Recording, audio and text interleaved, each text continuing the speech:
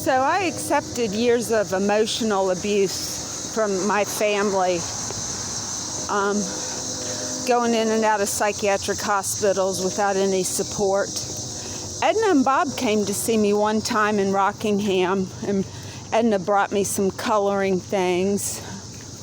But basically nobody, not Randy or John or Dee or anybody, Hal, Carolyn, called. Never. Somehow it's something to be ashamed of that you have psychiatric illness. Jennifer never came, never called. Chip came one time. Look on his face was like disbelief, what I had to go through. No, I don't accept that anymore. And I'm going to put you to shame that you would treat a person who has an illness so horribly, like a disgrace to the family. I'm not. I'm smart. I'm nice looking. I've got a great life in many aspects. I just have an illness. And all those years that you treated me like I was misbehaving in a poor manner to embarrass the family, that's not right. I have lots of friends. Ron, actually, in the early years, Ron came with all of my friends and they brought me pizza. Friend Sil brought me some earrings. Off and on, I've had people come in. I had a boyfriend come in and do yoga with me. So I've had support, just not from my family, except Mom. I don't know how that she didn't talk to Jennifer and explain to her that it's okay. You can go and see her, you can call. Seems like the only thing Jennifer could do was babysit my dogs. I guess she's just got so many issues herself with the OCD thing that she can't see clearly. But she should call me and say, hey, you doing okay? I mean, I went to see her when she had a baby and was having trouble in the hospital. But no, it's wrong. When someone suffers an illness in the family, you support them, even if it's psychiatric. I mean, it seems like the family has an easier time with drug addiction, except they disown Tara. Tara was having a hard time. But Jeff, not so much. Is it a girl-guy thing that you can support a guy with drug addiction but not a girl? Is it a disgrace when a girl has an addiction problem? It seems like you supported Jerry more with his alcoholism, and I'm the one that saved the kids' lives. I was the one that went to Al-Anon. I showed up. I took care of my kids when the courts couldn't. You know, I'm the one that said no. I'm the one that called the police and said, go check it out. I'm the one that called my old boyfriend, Russell, who's a federal attorney. Yeah, these federal attorneys, they're not afraid of bipolar. They deal with mental illness all the time. I called Russell when I was in the hospital and they were holding me illegally. And he said, Ellie, goes, do exactly what they say so you can get out there as quick as you can.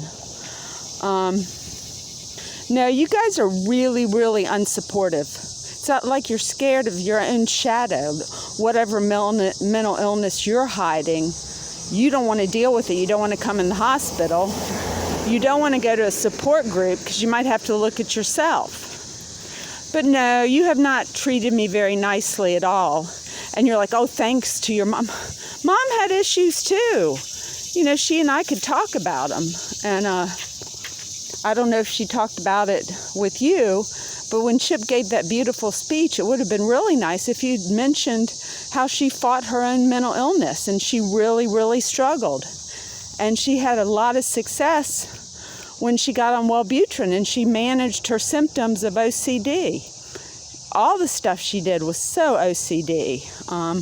But with the help of Wellbutrin, she led a much happier life, you know, and I don't have to go into all that, but I'll tell you, you know, I suffered a lot as a teenager myself, but the fact that she couldn't control me caused her to be abusive to me.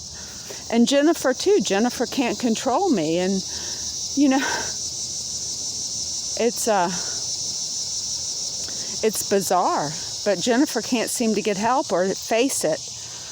But she gets angry when she can't control me. She assaulted and battered me, and all I was doing was talking about my boyfriend husband who had addiction. And I get assaulted and battered, and somehow she's the right one? You don't come over and touch me in a harming manner. That's illegal. I mean, you can look at me and say, Ellie, this is not the time or place to discuss this. That's appropriate. And if she could ever see herself, that's what she would say, and she would apologize. She'd say, Ellie, I'm sorry. I'm having a problem. But, you know, you can call me at the hospital. I know it's a bit of a stretch to drive and get out of the car and come. Mom did that. I was in the hospital on Christmas Day, and she had cancer, and she drove all the way in to sit with me for a little bit. It was a little bit awkward. Even just a phone call would be nice. Dad called me a couple times. So I think he's very uncomfortable coming in the hospital. But you can't even make time to give me a phone call when I'm in the hospital. I'm sick. I have an illness. It's not a character flaw. It's a fucking illness, people. It's called bipolar. And when Jennifer shut me out of the lives of my kids after Nana died at Christmas and Thanksgiving, that wasn't bipolar. That was me being pissed as hell that you're shutting me out of the lives of my family. Nonsense. I'm not borderline. I'm pissed off. I am the mom. And you're going to cut me off from my family? After my mom dies? After Kent dies? Who the fuck do you think you are, Jennifer?